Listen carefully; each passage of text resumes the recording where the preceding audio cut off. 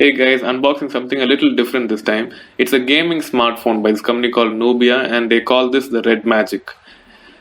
It's a powerful smartphone, as you can see from the back of this box. It's got a 144 Hz refresh rate screen, and that's not something you find even in the flagship phones like the S21 Ultra.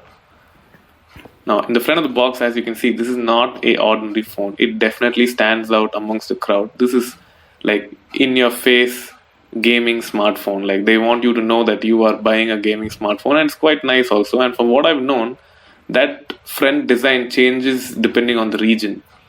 This phone's quite big. It's a 6.7-inch screen, so for sure it's not going to be something light.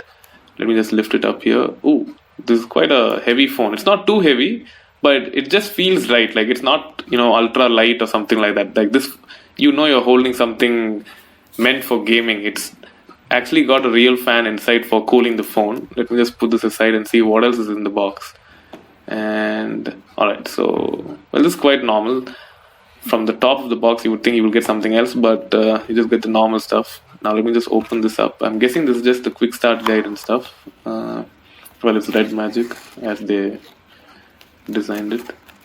Let me see. Okay, so the first thing is a quick start guide. I guess it would be useful to see this quick start guide because this phone has a lot of accessories that you can buy on the side as well. It's quite, unlike most quick start guides, it's actually got quite a few pages. The next thing is a hearing aid compatibility. No idea what that is, but okay. And finally we have the warranty card, but in typical Middle East fashion, nobody actually cares about this. So yeah, well, it's quite pointless here. Next up would be the power adapter. Surprisingly, they have not packed a fast charging power adapter. It's a basic power adapter from Nubia, I guess. But it's not too surprising. The phone is quite cheap for what it provides. Like the way this phone is powered, you would be shocked at the price of this phone.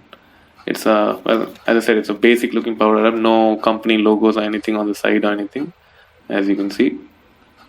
And let me just put this aside. If you guys are liking this content, do hit the subscribe button. That'll be real nice of you.